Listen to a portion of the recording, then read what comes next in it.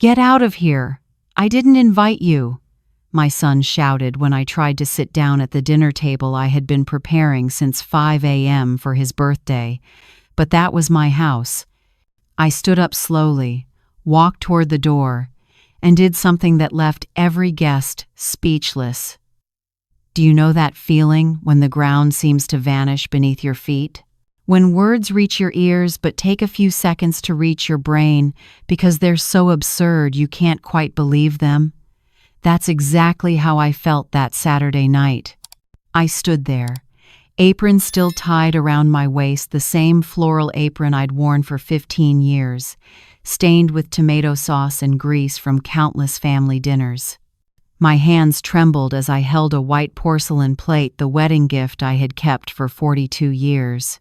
The smell of roasted meat still lingered in the air, gold balloons floated near the ceiling, and 30 people stared at me with a mix of pity and embarrassment. And my son, my only son, Michael, the boy I once cradled in my arms, stayed up all night with when he had a fever. The one I watched grow into an engineer stood there, face flushed red, pointing at me as if I were a stranger in my own home. "Don't you get it, Mom? That seat's already taken." His voice cut through the heavy silence. Next to him stood his wife, Claire, smiling faintly, that thin, practiced smile I knew too well. The smile of someone who knows she's winning a battle you didn't even realize you were fighting. I looked at the dining table, the oak table I'd bought on an installment plan when Michael was 8. The tablecloth was mine. The dishes were mine. My mother's silver cutlery gleamed under the chandelier light, also mine. And yet, I had no place there. My chest tightened, not just from humiliation, but from a deeper kind of loss. Every early morning I'd spent sewing, every dollar I'd saved, every dream I'd put aside to help build his all of it suddenly meant nothing. Worse than nothing, it was now a burden. But strangely, in that moment, when everyone expected me to cry and leave quietly, something inside me awakened. I heard a voice, the voice of the 30-year-old woman I once was. Strong and fearless, she said, "Lift your head. Show them who really owns this place." I took a deep breath, set the plate down on the side table, untied my apron, folded it neatly as always, and walked calmly toward the door. I could feel the weight of 67 years on my shoulders, but also something new, clarity. I stopped, turned around, and looked at every face in that room. Michael's friends, his co-workers, Claire's relatives, and said 6 simple words that froze the room. "Everyone, please enjoy the party." Then I left. No one there, not my son, not the woman he called his wife, knew that I wasn't running away. I was preparing for a battle.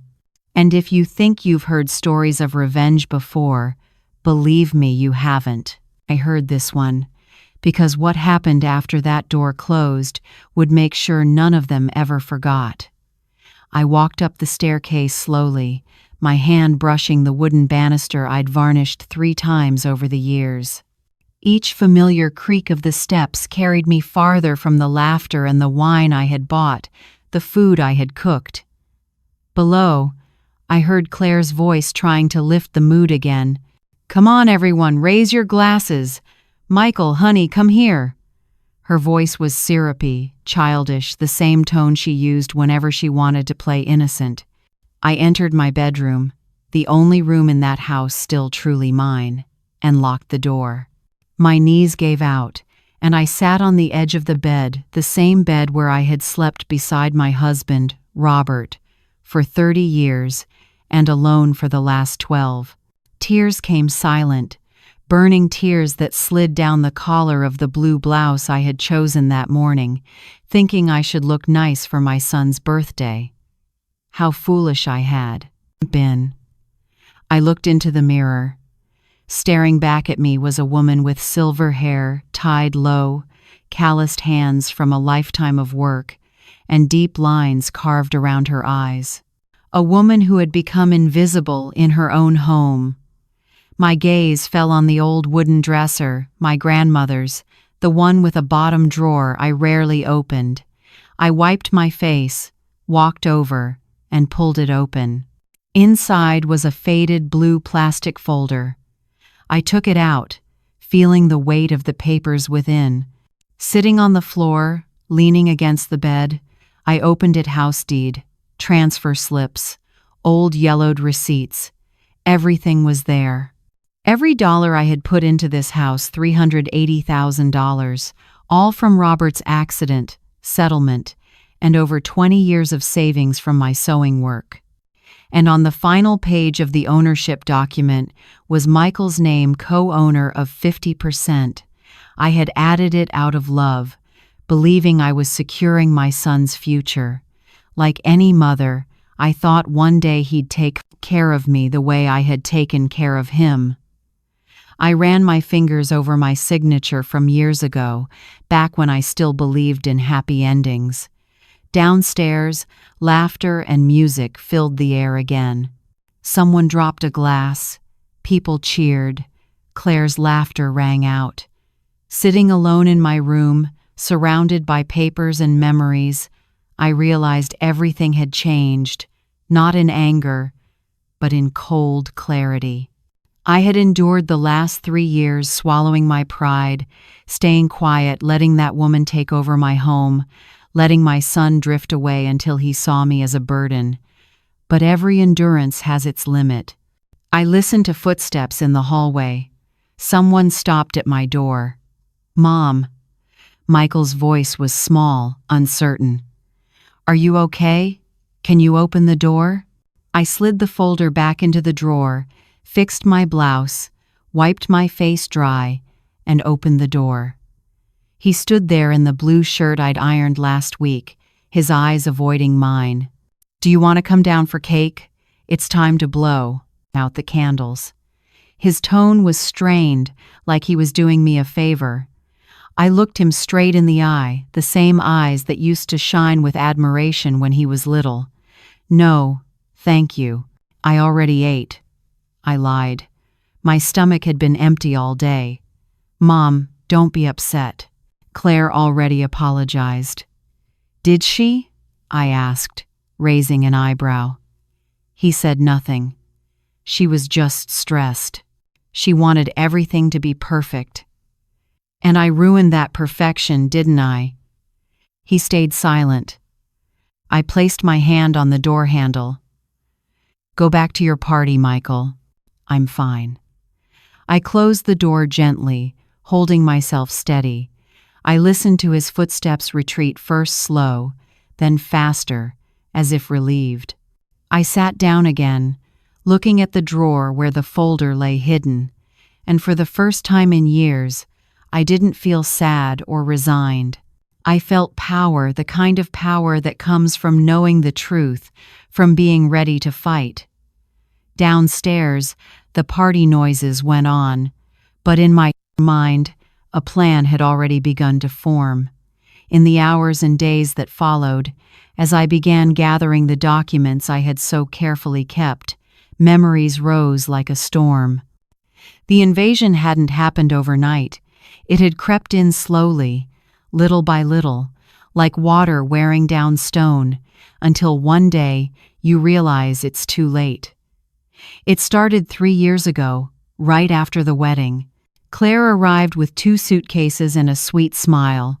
"Mom, I promise I'll take good care of Michael." I believed her.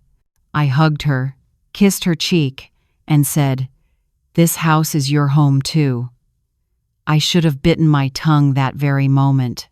At first, she acted perfectly polite, tidying rooms, helping me cook, complimenting everything I made. "Mrs. Barbara, your stew is the best I've ever had." I felt proud, thinking I'd gained a wonderful daughter-in-law. Then came the suggestions. "Mom, don't you think these lace curtains look a little old-fashioned? We should switch to blinds. They look cleaner." Clean. That was her favorite word. Everything had to be clean. I gave in and spent more than $2,000 replacing the white curtains, turning my cozy living room into something that looked like a clinic. But she was pleased, and I wanted her to be pleased. Then came the paintings. I had 3: a landscape I'd bought at a craft fair, a framed photo of Robert, and an embroidery piece my mother had made. One day, I came home to find the walls bare. "Claire, have you seen the paintings that were here?" She looked up from her phone and said casually, "I put them away, they look too cluttered. I bought a few modern abstract ones instead." Now the walls held 3 black frames with random streaks of color that meant nothing. And my paintings? I stored them in the shed behind the garden, don't worry. I ran out there and found them stacked carelessly on old boxes. Robert's photo frame shattered. I clutched it to my chest and cried amid the dust and cobwebs, but I said nothing. I didn't want to cause trouble.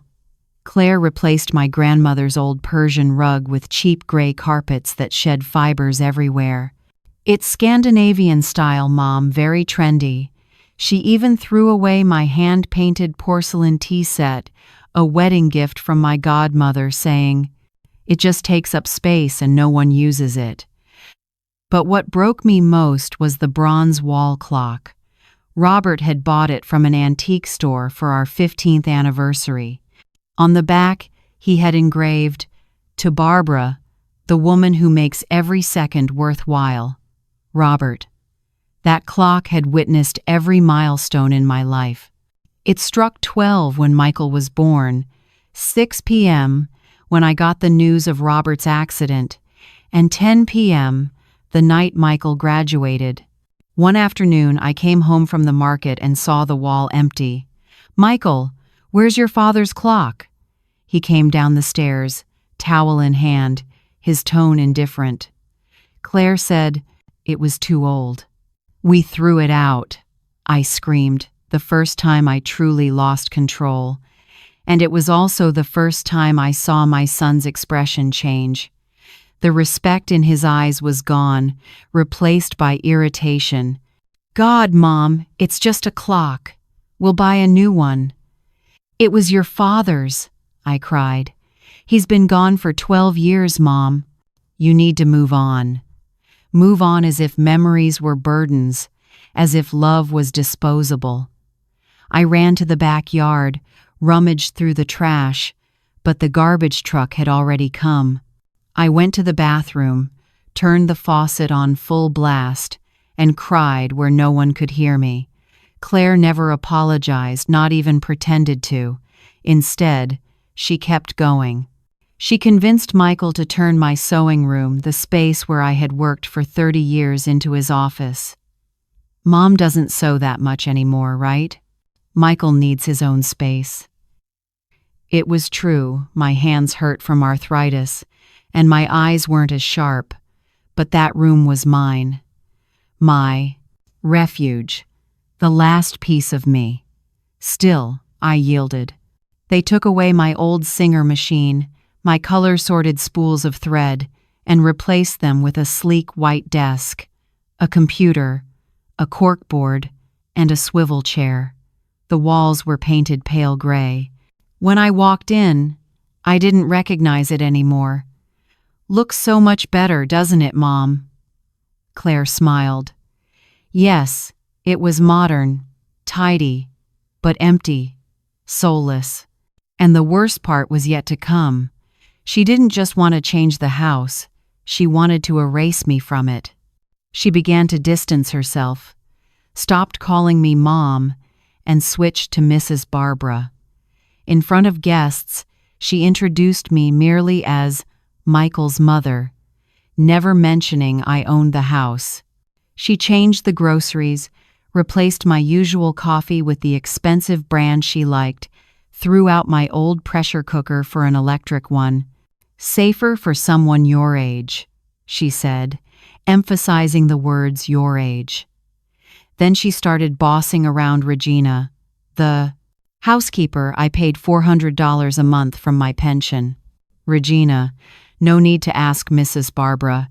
I've already made a to-do list." Poor Regina didn't know whom to obey. She'd just glance at me helplessly. Even my seat at the table was taken. I used to sit at the head where the homeowner sits, but Claire gradually moved me aside. Until one day she said, "Mom, can you switch seats? It'll be easier to serve food." And once again, I yielded. The invasion had happened slowly, until one day I realized there was no space left for me.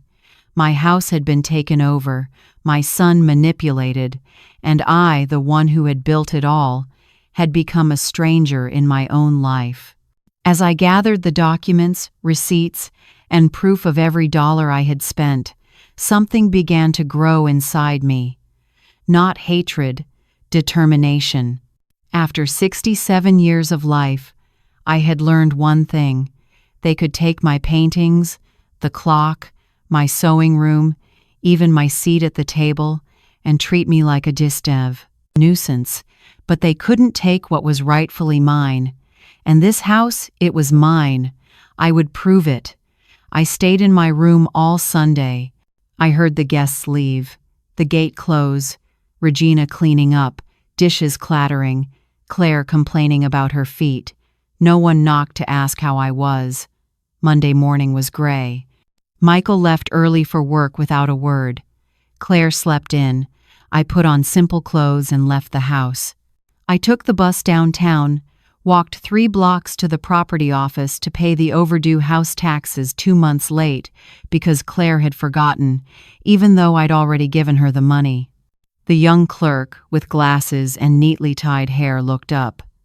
"How can I help you, ma'am?" "I want to pay my property taxes. I'm behind 2 months." She typed my information, frowned, and asked, "You're Barbara Miller, the homeowner, right?" She looked at the screen, then at me, then back at the screen.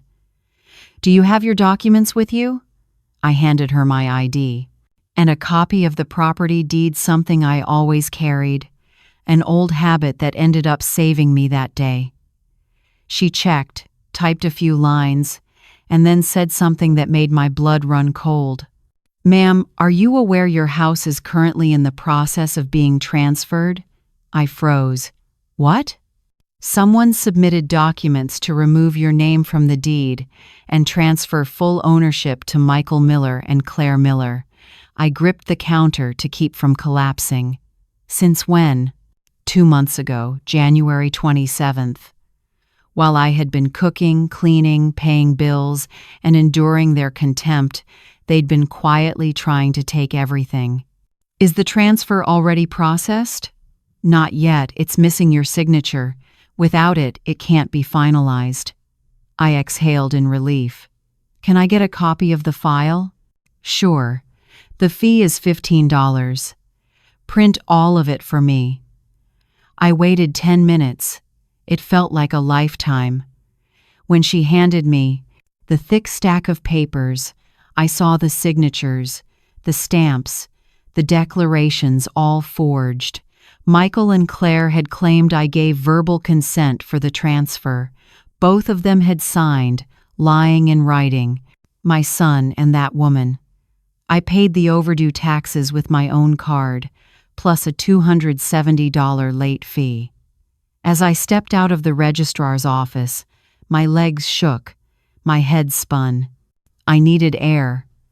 I sat on a wooden bench in the small park across from an old church.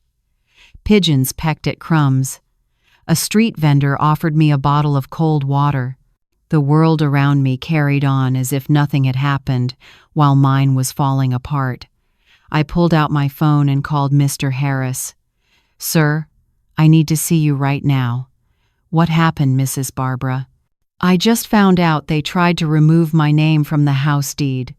There was silence for a few seconds. "I'll be there in 30 minutes.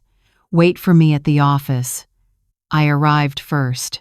I climbed all 3 flights of stairs, because I couldn't bear to sit still in the elevator. When he got there, I was already in the waiting room, gripping the file so tightly the pages were wrinkled. He read each page, his expression growing more serious with every line. When he finished, he removed his glasses, rubbed his forehead, and said, "Mrs. Barbara, this is property fraud. They forged your consent signature. If this had gone through, you'd already be out of your home. But they failed. For now. But they'll try again." He opened a drawer and pulled out a small voice recorder. "Do you have a smartphone?" "Yes. From now on, record every suspicious conversation, any mention of money, the house, or paperwork. We'll need evidence." I got home around 3 p.m. Claire was on the couch watching TV, eating popcorn, painting her nails bright red. She didn't even glance at me. "Hi, Mom. Did you have lunch?" "I did," I lied. My stomach twisted with anger and disgust. I went upstairs, lay still, and waited. That evening, I heard Michael come home, his bag hitting the couch, the fridge door opening, their voices floating through the living room. I stayed still, holding my phone. Around 9 p.m., I heard them talking in the next room. I pressed my ear to the wall, but it was too thick. I opened my door quietly. The hallway was dark. Their door was slightly ajar. Claire always complained about the heat and kept it open for air. I crept closer, heart pounding, afraid they'd hear me. I opened my recording app, hit the red button, and slipped my phone into the gap of the door. Claire's irritated voice came first. "Michael, I can't stand it anymore. Your mother is a burden." "Don't say that." "Don't say that?" "She's always hovering, meddling, existing here. We need that deed clean without her name." "I know, but the paperwork stalled because it's missing her signature. Then make her sign.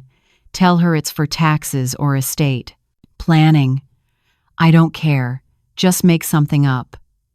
My hands trembled, but I kept recording. "And why do we even need the house so badly?" Michael's voice sounded tired. Claire snapped, "Because we owe $87,000 in credit card debt, Michael, plus the SUV payment over $1,200 a month, and still behind. The bank's about to repossess it. If we get the deed, we can use it as collateral, borrow $420,000, pay everything off, and finally breathe. But that's my mother's house. It was. Now it's ours. She can't hold back our future." Silence. I stopped breathing. Hot tears ran down my face. "What if she finds out?" Claire let out a cold laugh. "Finds out what?" "That old lady never leaves the house. She doesn't understand the law and doesn't have a lawyer. She'll sign whatever you give her. Lying used to be your specialty, remember?" "I feel guilty, Claire." "Guilty? Do you want guilt? Or do you want a life? You want to keep drowning in debt, living in rentals? Choose your mother or our future." Silence again. Then Michael's voice, low and defeated. "Fine. I'll talk to her tomorrow." My world collapsed all over again, but not from shock, but from confirmation of my worst fear. I quietly went back to my room, locked the door, sat on the bed, and listened to the recording 3 times, just to make sure I hadn't imagined it. $87,000 in credit card debt, over $1,200 in monthly car payments, and a planned $420,000 loan using my house as collateral. And my son, the boy I raised alone, fed, educated, gave a home, had made his choice. I sent the recording to Mr. Harris with a short message. "I have proof. Start immediately." "I can't wait any longer," he replied within 2 minutes. "Got it. Meet me at 8 a.m. tomorrow. It's time to strike back." I lay there staring at the ceiling. Downstairs, Michael and Claire were laughing, watching TV, acting as if they hadn't just plotted to destroy me. But now, the war had entered a new phase, and I had a weapon. The next morning, I woke with a strange clarity. The anger was gone. Anger burns, it blinds you. What I felt now was cold precision, calm. I put on gray pants, a white blouse, a black blazer, closed-toe shoes, and a touch of lipstick. When I looked in the mirror, I no longer saw the humiliated woman from that dinner. I saw someone ready to reclaim everything. I went downstairs at 7 a.m. Michael had already left, avoiding the conversation Claire had made him promise to have. She was still asleep. I left a note on the fridge. Out on errands. Back this afternoon. Then I took the bus downtown, arriving 5 minutes early at Mr. Harris's office. He was already there, with hot coffee and a thick file in front of him. Mrs. Barbara. He shook my hand firmly. I listened to the recording 5 times. Now we have them. He opened the file. But you need to understand this step can't be undone. Once we begin, it will hurt them, and it will hurt you too. I've heard enough, Mr. Harris. It's time to act. He smiled faintly, sad but proud. Then let's begin. We talked for 2 hours. Mr. Harris laid out the plan with the precision of an architect. He had even uncovered things I didn't know. First, he said, the house was purchased entirely with your money, $380,000. Michael's name was added as a gift. That gives you the right to revoke it. Really? Absolutely. The law allows revocation of a gift in 3 cases: serious ingratitude, financial hardship of the giver, or unfulfilled obligations tied to the gift. Yours qualifies as serious ingratitude. He pointed to the recorder. Conspiracy to defraud, public humiliation, emotional neglect. More than enough. My throat tightened. Emotional neglect, yes. My son had abandoned me while still living under my roof. Second, he continued, I looked into their debts. $87,000 in credit cards, plus an SUV financed over 84 months at a little over $1,200 a month, 3 payments behind. The bank will repossess the car within 60 days. They have no money, Mrs. Barbara. Even the groceries, utilities, internet, and housekeeper all paid by you. I thought of all the times Claire came home with luxury shopping bags, all the times I asked her to pitch in and heard, money's tight this month. I'd been supporting both of them on my $800 pension, while they flaunted fake wealth with travel photos, restaurant dinners, and designer clothes, all smoke and credit. There's more, Mr. Harris said, pulling another document, a copy of a bank file. They were planning to mortgage the house for $420,000 at an extremely high interest rate that would push the total cost well over 50% a year. In 2 years, the debt would double. If they defaulted, the bank would seize the property. You'd end up on the street while they vanished. A chill ran down my spine. What do I need to do? 3 steps. He raised 3 fingers. First, file to revoke the gift, remove Michael's name, and restore full ownership to you. Second, file a civil suit for emotional damages due to fraud, humiliation, and neglect. Third, demand financial restitution, college tuition of $95,000, $12,000 for the wedding dress, $28,000 for the wedding reception, $35,000 for the car down payment, plus home renovations and furnishings totaling $213,000. All of it can be claimed as repayment for their ingratitude. $213,000, nearly everything I had saved in my lifetime. How long will it take? Roughly 3 months for the revocation case. The damages suit could take up to 8 months, but the key is to start now. And there's one thing we can do immediately: file an emergency injunction. What kind of injunction? To freeze the property. They won't be able to sell, rent, or mortgage the house. Meanwhile, you can request their removal. The court allows a 30-day deadline. If they don't move out, they can be legally evicted. The thought of having my son thrown out of the house I built was painful, but losing everything would hurt even more. How much will this cost?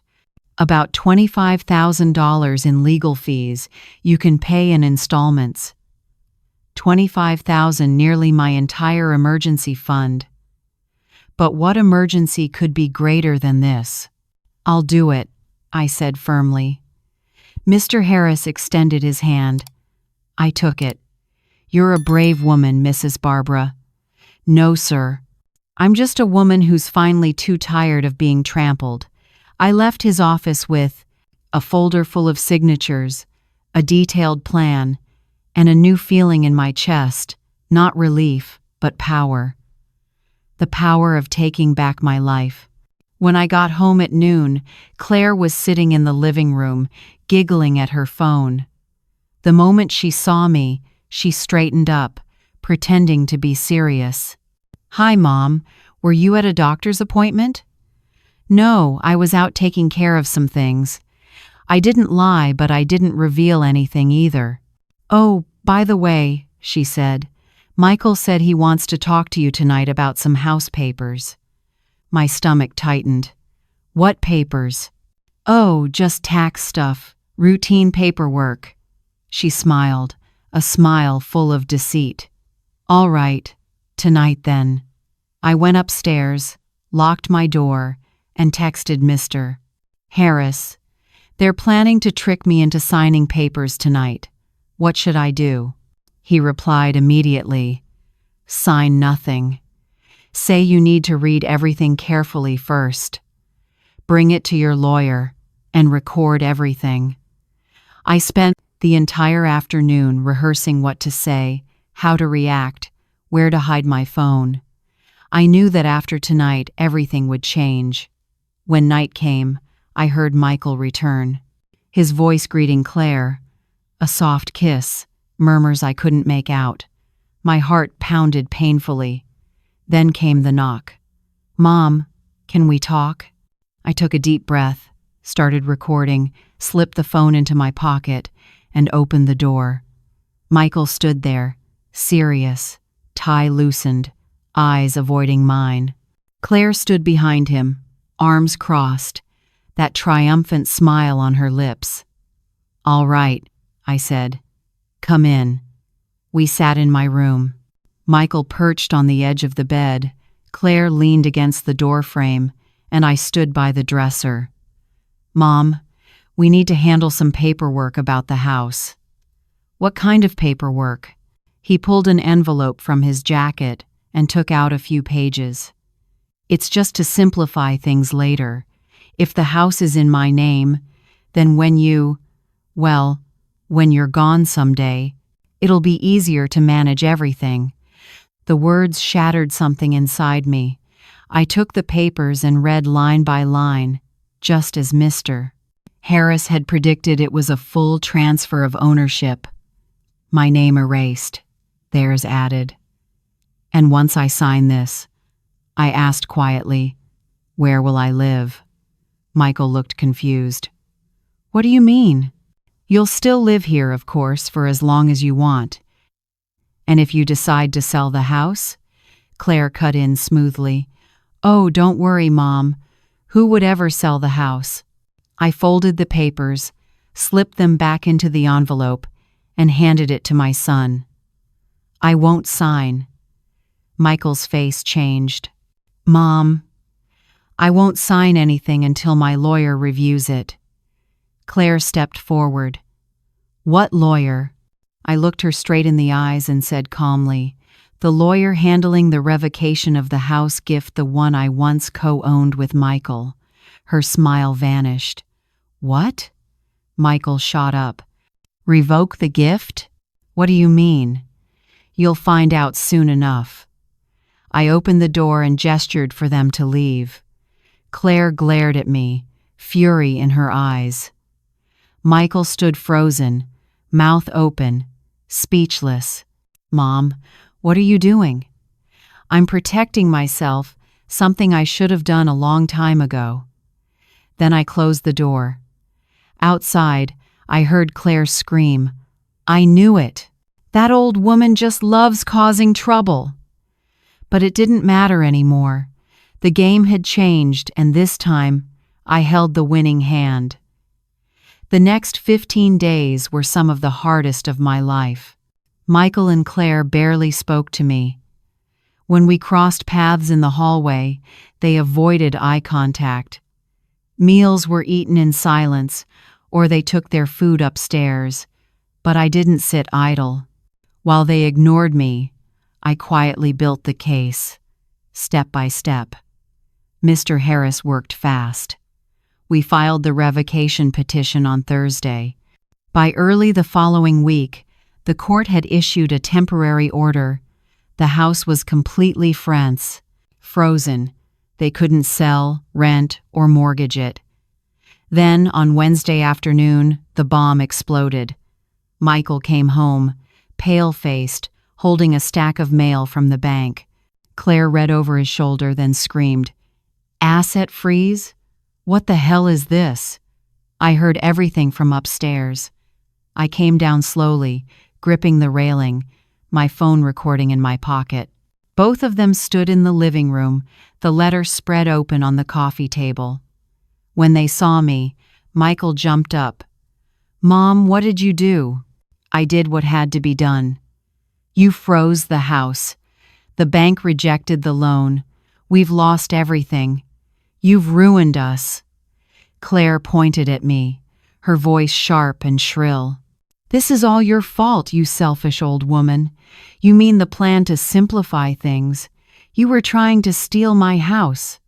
"Steal? That's ridiculous. We just wanted to make things easier." "Easier? To borrow $420,000 against my house?" I threw the truth right in their faces. The air went still. Michael looked at Claire. She lowered her head. "How did you know?" he asked quietly. "Because I found out. About the $87,000 debt, the car payments you can't make, and the transfer you filed 2 months ago." I took a step closer with each word, feeling my strength return. Claire regained her voice, trembling with rage. "You don't understand, do you? We have responsibilities. Do you think it's easy to keep this household running? I pay for everything. The electricity, the water, the internet, the housekeeper, everything. Because you never let us forget it's your house," she screamed. "Everything is yours, your house, your food, your air. Yes, mine. Because I worked for it. Every drop of sweat, every tear." Michael stepped in, lowering his tone. "Mom, please. Calm down. We can talk about this, solve it like a family." "Family?" I stared at him. "Families don't steal from each other. Families don't kick their mother away from the table. Families don't make their mother hire a lawyer just to feel safe." "But I had to." He swallowed hard. "You actually hired a lawyer?" "Yes. And he advised me to do what I should have done years ago." I pulled a brown envelope from my bag and set it next to the bank letter. "What's that?" Claire asked, her voice shaking. "A legal notice. You have 30 days to move out of this house." The room froze. Michael opened the envelope, read it, then read it again. "You're evicting us? I'm asking you to leave because this house belongs to me, and I have the right to decide who lives here." "I'm your son," he shouted, tears in his eyes. "How can you do this to me? How could you do this to me? How could you let her humiliate me in my own home? How could you scream at me in front of 30 people? How, Michael?" He stayed silent, staring at me like I was a stranger. Claire panicked. "We have nowhere else to go. You want us on the street? You both have jobs, a luxury car, rent an apartment. Live like normal people." "You're insane." she screamed, grabbing her purse and car keys. "I'm not staying here another minute!" She slammed the door so hard the picture frame on the wall shook. Only Michael and I remained. He sank onto the couch, head in his hands. "Mom, I know I messed up. Claire went too far. I did too, but you can't do this. You can't abandon me." I sat across from him, letting silence speak. "Michael, you abandoned me first when you signed those papers, when you yelled at me, when you stopped seeing me as your mother and started seeing me as an obstacle. I never stopped loving you. Love isn't words, son. It's action. And your actions have hurt me more than any wound ever could." He lowered his head. "If I leave Claire, will you stop all this?" I looked at the man in front of me, not the boy I once held, but the adult who had chosen betrayal. "No, Michael, this isn't about her. It's about you. You tried to take my home, you humiliated me, you broke my trust. Leaving her won't erase that." He sighed, his tone colder. "So, you're choosing the house?" "No, I'm choosing my dignity. You chose the house when you tried to steal it from me." I stood up, grabbed my purse. 30 days, Michael. That's what the court allows. After that, if you're still here, they'll make you leave and that will be worse. I climbed the stairs, feeling like I was carrying the weight of the world. But when I closed my bedroom door and looked into the mirror, I didn't see a broken woman anymore. I saw someone strong, someone who had fought and refused to surrender. Downstairs, I heard Michael crying. A part of me wanted to go down, to hold him, to forgive him because a mother's pain never truly ends. But the stronger part of me, the one that had kept me alive and working for 67 years, whispered, "Enough. You've given enough." Those 30 days crawled by like 30 years. Michael and Claire drifted through the house like angry ghosts. She didn't speak to me at all. He sometimes tried to start a conversation, but I kept my distance. I had to. If I softened, they'd take advantage again. On the 19th day, they hired their own lawyer. I received a formal objection to the eviction, claiming Michael was co-owner. Mr. Harris immediately responded with the revocation petition and all the supporting evidence. 2 days later, their lawyer withdrew from the case. On the 20th day, Claire knocked on my door at midnight, tears streaming down her face. "I'm pregnant," she sobbed. But she never mentioned the pregnancy again, and there was no proof. When I calmly asked for proof, she exploded, shouting that I was heartless, then ran back to her room. By the 25th day, they started packing. Cardboard boxes filled the hallway. I overheard their arguments about what to take, what to leave, where to go. That's when my phone rang, and everything changed. "Mrs. Barbara," Mr. Harris said, "I need you at my office right away. It's urgent." "What happened?" "I found something you need to see for yourself." I arrived an hour later. He looked tense. On his desk lay an open file and an iPad. "Please, sit down." I did, my heart pounding. I continued investigating Michael and Claire's finances and found this. He turned the screen toward me. It was a photo of Claire at a fancy restaurant, her arm around a man definitely not my son.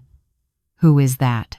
"Leonard Fisher, businessman, owns 3 construction supply stores, married, with 2 kids." Mr. Harris swiped through more photos, Claire and Leonard entering a hotel, sitting in a luxury car that wasn't theirs. They've been seeing each other for at least 8 months. My stomach twisted. Does my son know? I don't think so. She's careful, but there's more. He handed me another document. "Do you remember the property transfer attempt?" That idea came from Leonard. He's done this before, helped other women mortgage houses for loans 3 times. He could be using her for money, or they could both be using Michael. But one thing's certain, it didn't start with your son. I stared at the photos. Claire smiling, glowing, wrapped around another man, while Michael worked himself sick to pay her debts. Michael has to know. Are you sure? It'll destroy him. I thought of the humiliation, of his yelling, of the betrayal. He deserves the truth, no matter how much it hurts. Mr. Harris printed everything: photos, credit card statements, hotel and restaurant receipts during Michael's work hours, even text messages obtained by court order. We assembled it all into one file. When will you tell him? He asked. I glanced at the calendar. 5 days left until their deadline. He'll know before he goes. I got home around noon. Their cars were still in the garage. It was Saturday. Both were home. I went upstairs, locked my door, and waited. By late afternoon, I heard movement in the kitchen. I went down. Michael was making a sandwich. When he saw me, he froze. Hi, Mom. Hi, son. Where's Claire? In the bedroom, scrolling on her phone. His voice sounded weary, defeated. I need to talk to you privately. He hesitated. About what? The truth. We sat in the living room. I took the couch. He sat across from me. The folder lay on the table between us. Before you leave this house, I need you to see this. Not to hurt you, but because you deserve to know. Know what? I opened the folder and laid out the photos. His face changed: shock, disbelief, then heartbreak. No way. These must be fake, photoshopped or something. No. They have dates, times, and locations. I handed him more documents. Look here: restaurant downtown, February 15th, 4 p.m. She told you she was at the dentist, remember? His hands trembled. Hotel Plaza, March 8th, 2 p.m. She said she was having lunch with me. Stop, Mom, I get it. Get what? That she betrayed you? That the plan to steal the house wasn't yours, but hers and his? I placed the final paper on the table.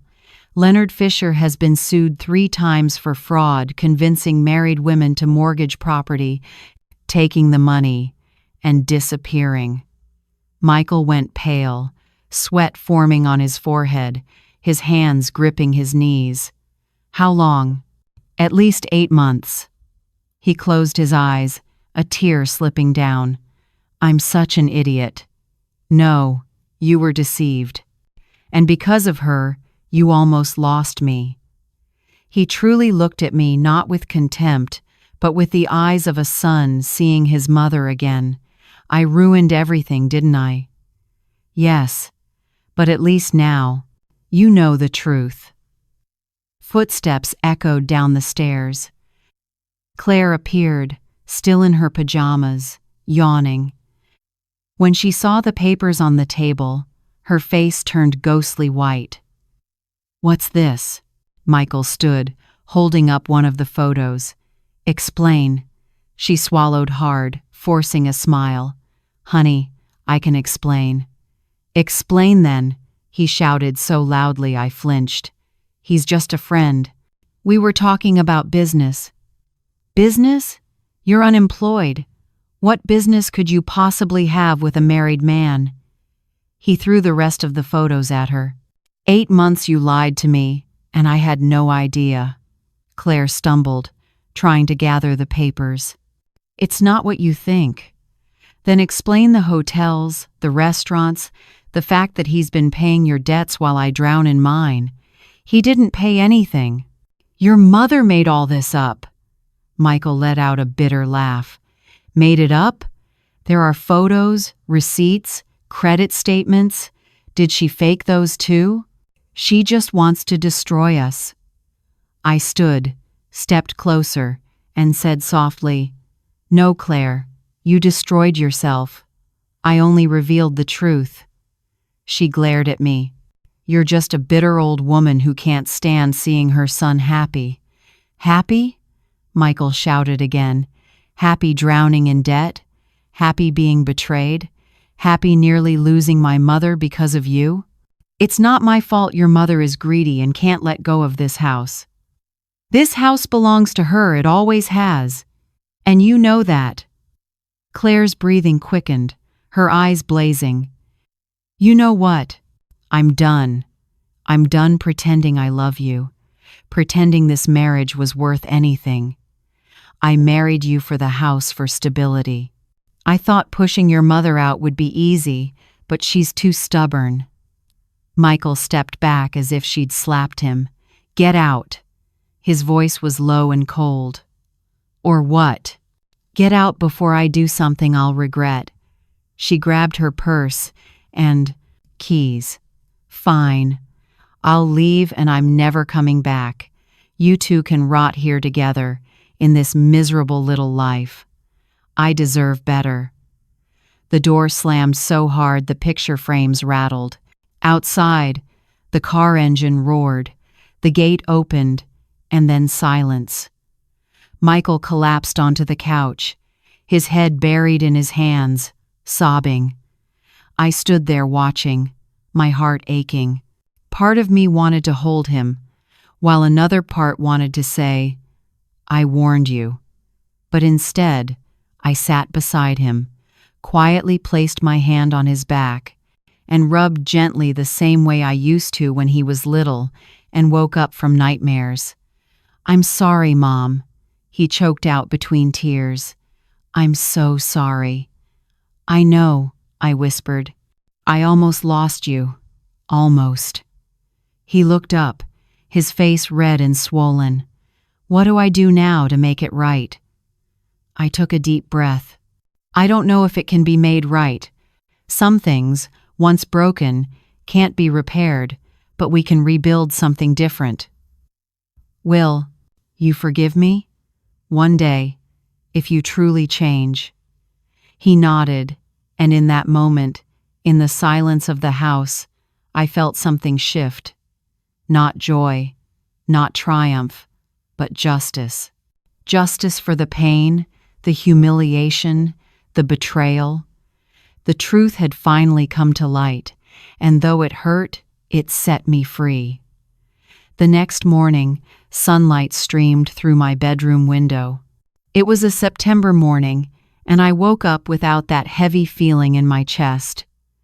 The house was quiet, but it was a peaceful quiet, not the suffocating kind. I went down to the kitchen and brewed coffee in the old blue enamel pot my mother had given me 40 years ago, the one Claire once wanted to throw away for being too old-fashioned. Now it sat proudly on the stove again. I looked around. Everything felt familiar, yet alive. The white lace curtains hung back in place. The antique brass clock had been replaced and engraved on the back. Its chime echoed softly through the room. The pictures were back on the ready. Wall Robert's portrait, autumn landscapes, and the embroidered rosary my mother had made. I added a new one, a photo of the three of us at the park, Michael, just 5 years old, laughing in his father's arms. My sewing room was set up again. The old Singer machine, freshly oiled, ran smoothly. Threads were neatly arranged by color. I had clients again, 3 evening gowns, 2 alteration orders, and 1 bridesmaid dress. I earned between $2,000 and $3,000 a month. Not a fortune, but it was honest work, and it was mine. I poured coffee into a hand-painted porcelain cup, the same type Claire once smashed, which I later found at an antique shop and bought back for twice the price. Every penny was worth it. I sat on the back porch, looking at my little garden. Red, white, and yellow roses bloomed. I had added mint, rosemary, and basil. Their scent filled the air whenever the wind blew. Then I heard the gate open and familiar footsteps along the side path. Michael appeared, holding 2 grocery bags. "Good morning, Mom," I smiled. "Good morning, son." He set the bags on the porch table.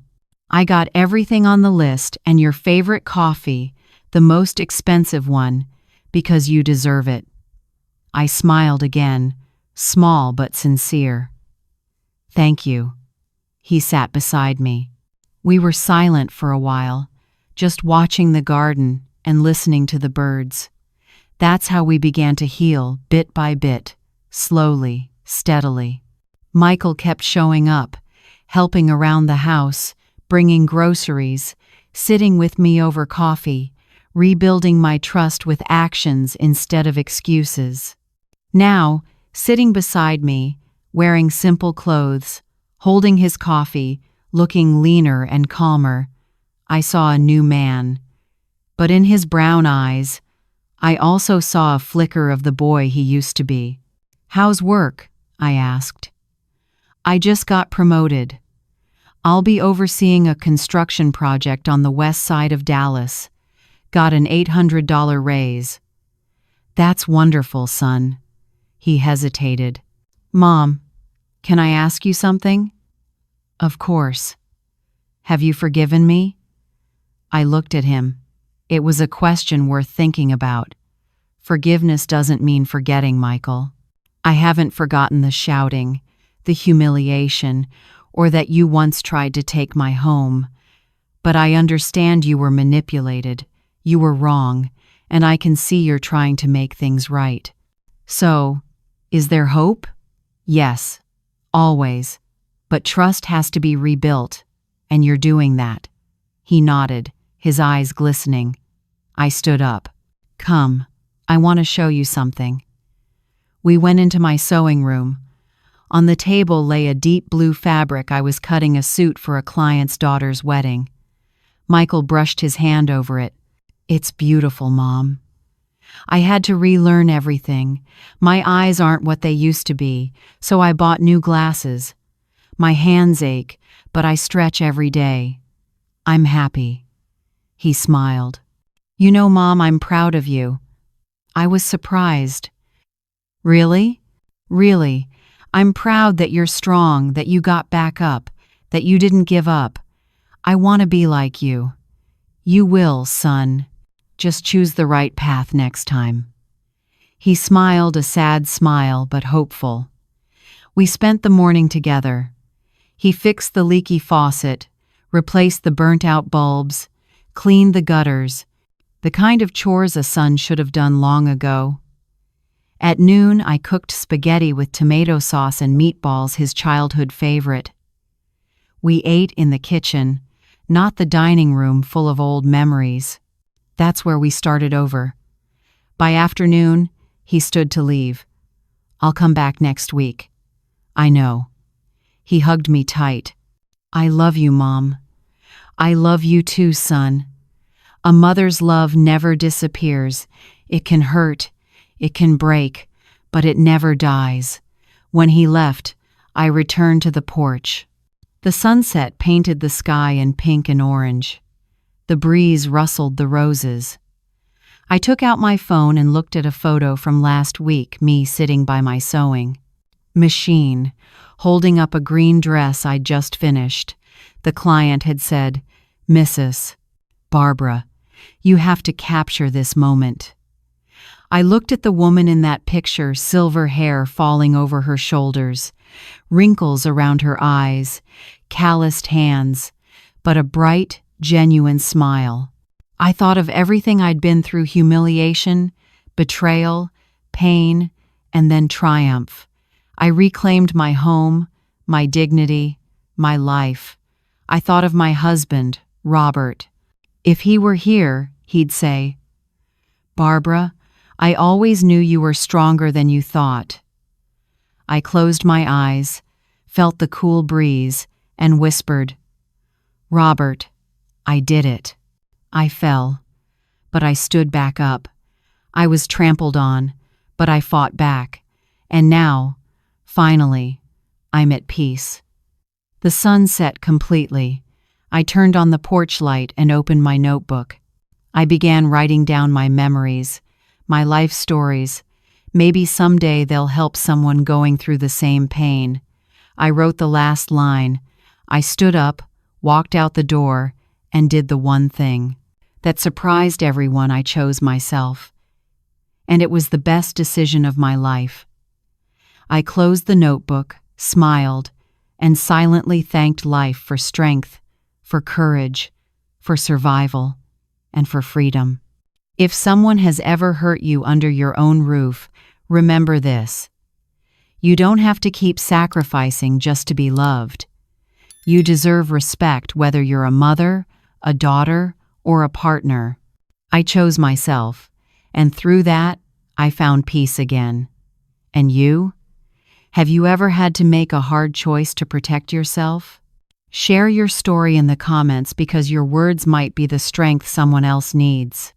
If you want to keep walking this journey with me to hear more stories about family, love, and resilience, stay with me so we don't lose each other along the way. Because in the end, the most precious thing in this life is learning how to love without losing yourself.